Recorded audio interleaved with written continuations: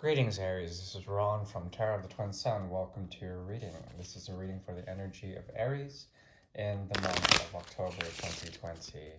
I will be doing a Great Mirror reading, which is essentially a 9-card spread with clarifiers that will help to show the actions or perhaps the perceptions. It's a reflective reading showing through the Great Mirror apparent truths that may exist between you and a significant other. Firstly, I will open up with a bit of an oracle. It's the legendary oracle, so please be open. Remember that this is not going to resonate for everyone. However, if it does, please take what you will and use it for your advantage to your narrative. I am also open for private readings. If you would like one, just send me a personal email.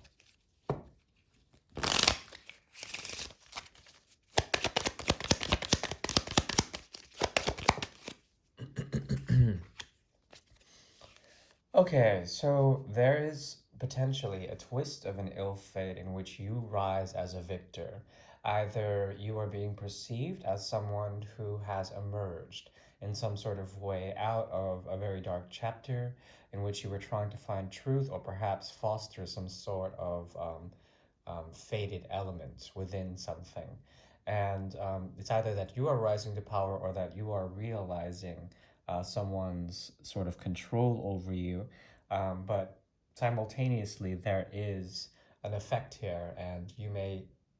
I think it's more of your energy that is emerging, and realizing someone else's effect over other people, and it's not a very good effect. People are falling down according to the will of someone else that you are viewing. And now there is something about your will that is coming to pass. Okay, so it's very important that you negotiate or perhaps understand your role in this situation. And there's a possibility that you will be able to negotiate with the person or the thing that has a great effect over others. Okay. Now we'll go ahead and begin the 9-card spread. It is the Great Mirror. And the Great Mirror is a tool that can be used to apply on your narrative the sort of complexion or the complexity between you and a significant other. Okay, so you will be able to see on a conscious, subconscious, and unconscious level the interaction between you and a significant other, person, place, or thing. Please take only what you will and relax. I appreciate your continued support for my channel, Tarot of the Twin Sun. Thank you.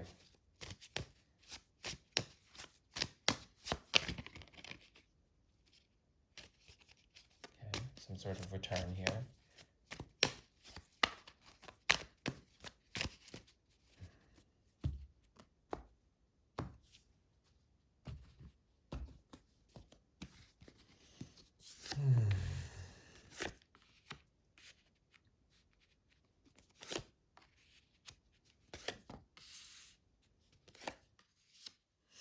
Okay, I see a block in your ability to speak your truth for the time being.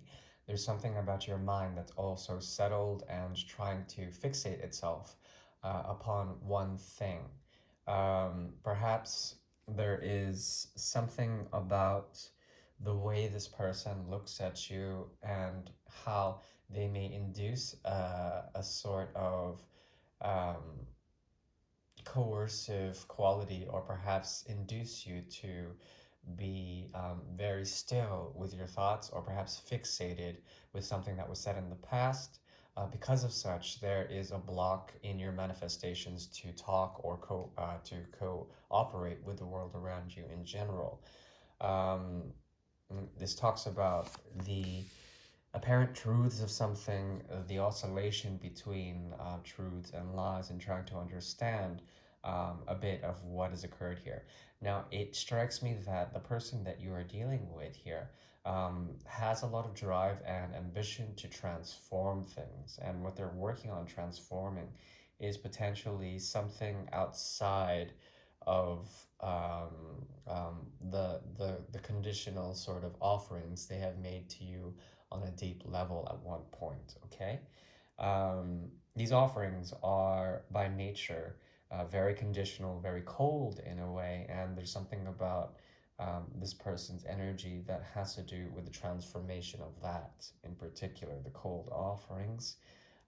Also, they're attending to something external. Both of you are attending to external forces outside of the situation in order to understand a bit more of the just or the finer aspects, the aesthetics of interaction here, trying to make balance and find truth within the situation.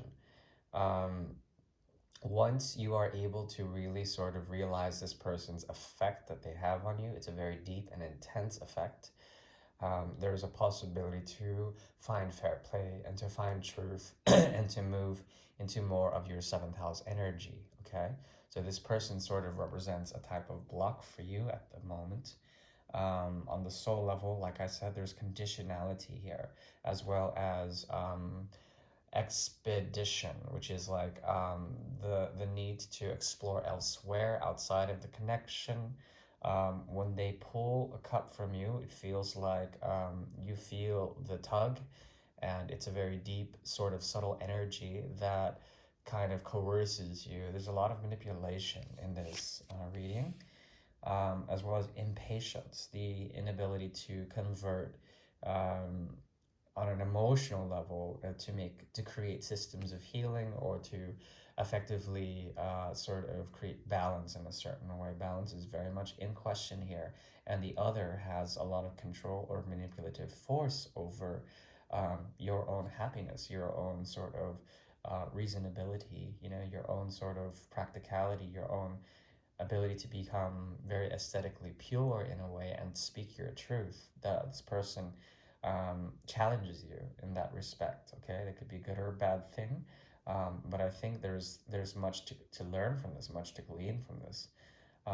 Especially with anything, this person has a lot of Scorpio energy in them, meaning that it's a very fixed energy, it's very intense, and usually Scorpio is always about, yes, the other, but transformations through the other, transformations that are very deep and have to do with deep spiritual undertones that are associated with Pluto and Mars, okay?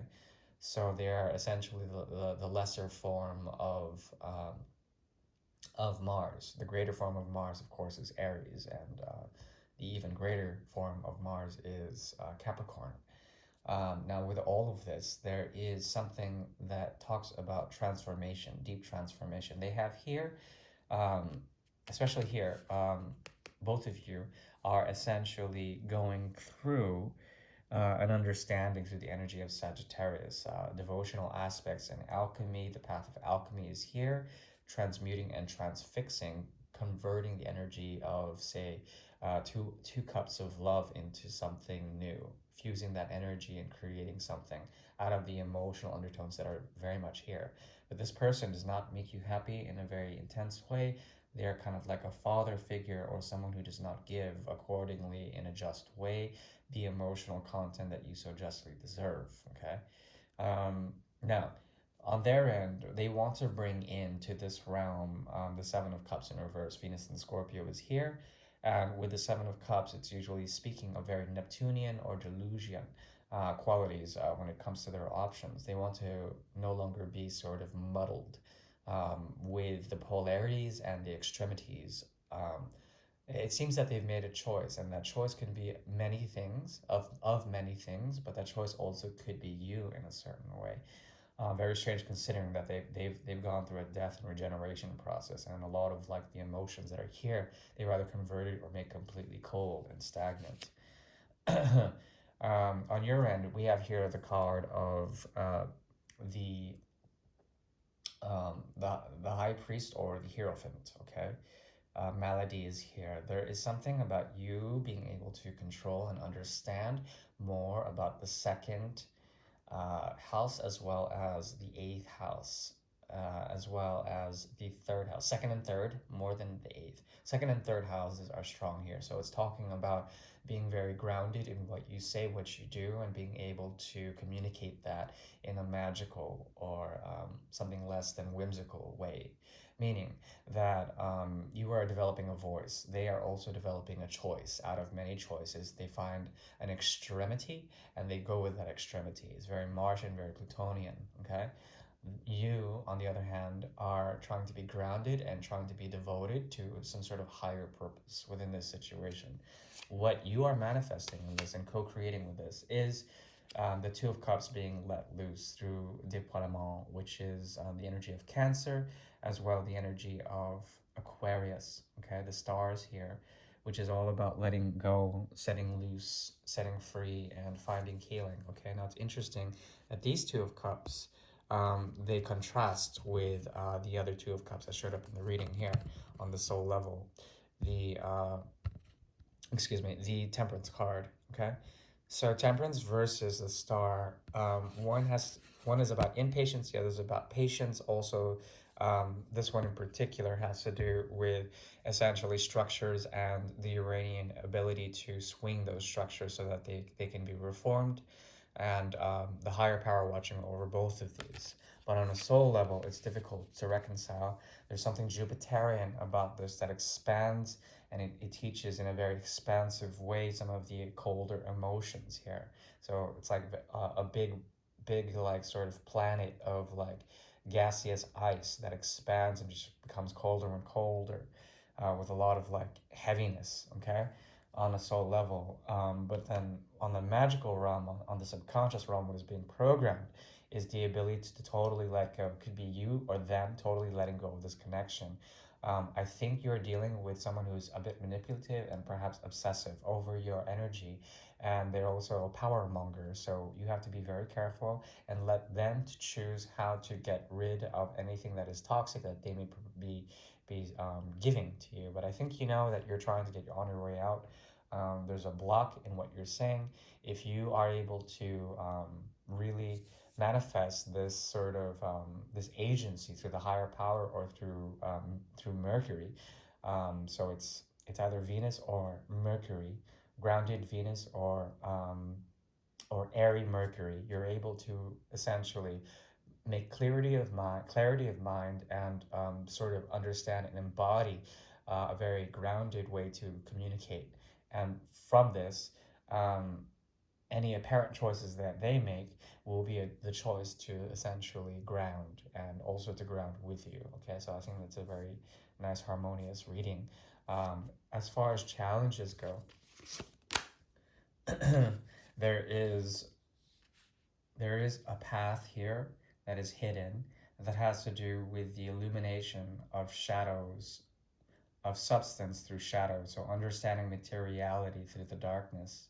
um, if you are able to embrace some of the more healthy and devoted selfish aspects of Virgo, this will in routine help you to understand how to find grounding and how to find footing, and both of you can help each other on the path towards healing the situation that could be very hidden.